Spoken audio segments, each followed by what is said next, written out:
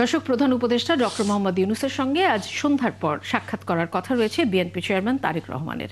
এই মুহূর্তে যমুনায় আছেন সহকর্মী শফিকুল হক। প্রধান উপদেষ্টা ও তারেক রহমানের সাক্ষাৎ নিয়ে জানাতে আমাদের সাথে যুক্ত হচ্ছেন সহকর্মী শফিকুল। শফিকুল, বিএনপি চেয়ারম্যান তারেক রহমান কি এরই মধ্যে যমুনায় এসে পৌঁছেছেন কিনা জানাবেন, এবং তার সঙ্গে বিএনপির আর কোন কোন নেতার আসার কথা রয়েছে সেটিও জানতে চাই।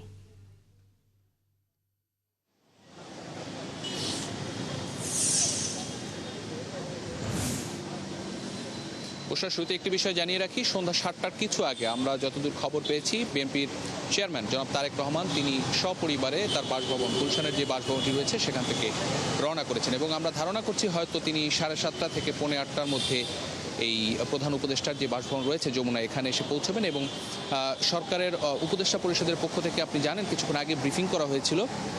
সেই ব্রিফিংয়ে যেটি জানানো হয়েছে যে এটি একেবারেই একটি সৌজন্য সাক্ষাৎ, এবং বিএনপির চেয়ারম্যান তারেক রহমান তার পরিবারের সদস্যদের নিয়ে যমুনায় আজকে প্রধান উপদেষ্টা ডক্টর মোহাম্মদ ইউনূসের সঙ্গে এখানে একটি সৌজন্য সাক্ষাৎ তিনি করবেন। এবং আমরা এখন পর্যন্ত যতটুকু জানতে পেরেছি বিএনপি মহাসচিব মির্জা ফখরুল ইসলাম আলমগীর তিনি এই সৌজন্য সাক্ষাতে তিনিও অংশ নিতে পারেন, এবং সেই বৈঠকটি হয়তো 7:30 থেকে 8:30টার মধ্যে এখানে অনুষ্ঠিত হতে পারে। এখন পর্যন্ত আমাদের কাছে সে খবরটি রয়েছে। তবে এরই মধ্যে আমরা যেটি সামনের অবস্থা থেকে বুঝতে পারছি যে হয়তো কিছুক্ষণের মধ্যেই তিনি এখানে এসে পৌঁছবেন। আপনাকে একটি বিষয় জানিয়ে রাখি বুশরা, গত 25 ডিসেম্বর যখন বিএনপির চেয়ারম্যান তারেক রহমান বাংলাদেশে ফিরেই কিন্তু প্রধান উপদেষ্টার সঙ্গে তিনি টেলিফোনে যোগাযোগ করেছিলেন, এবং পরবর্তীতে আপনি জানেন 30 ডিসেম্বর যখন সাবেক প্রধানমন্ত্রী বিএনপি চেয়ারপারসন বেগম খালেদা জিয়া ইন্তেকাল করেন, তার জানাজাও কিন্তু প্রধান উপদেষ্টা উপস্থিত ছিলেন, এবং সেখানেও তারেক রহমানের সাথে তার দেখা হয়। তবে দেশে ফিরে এবং বিএনপির চেয়ারম্যানের দায়িত্ব নেওয়ার পরে বিএনপির সর্বোচ্চ নেতা যিনি বিএনপির চেয়ারম্যান হিসেবে দায়িত্ব নিয়েছেন তারেক রহমান, এই প্রথম বৈঠকটি অনুষ্ঠিত হতে যাচ্ছে আজকের এই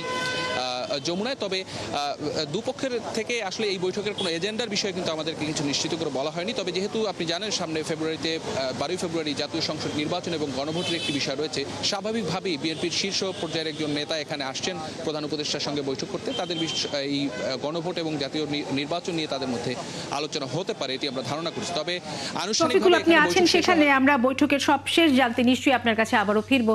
দর্শক, সহকর্মী শফিকুল আমাদের সাথে যুক্ত হয়েছিলেন যমুনার সামনে থেকে। তিনি যেমনটা জানালেন, বিএনপি চেয়ারম্যান তারেক রহমান এরই মধ্যে সপরিবারে যমুনার উদ্দেশ্যে রওনা দিয়েছেন।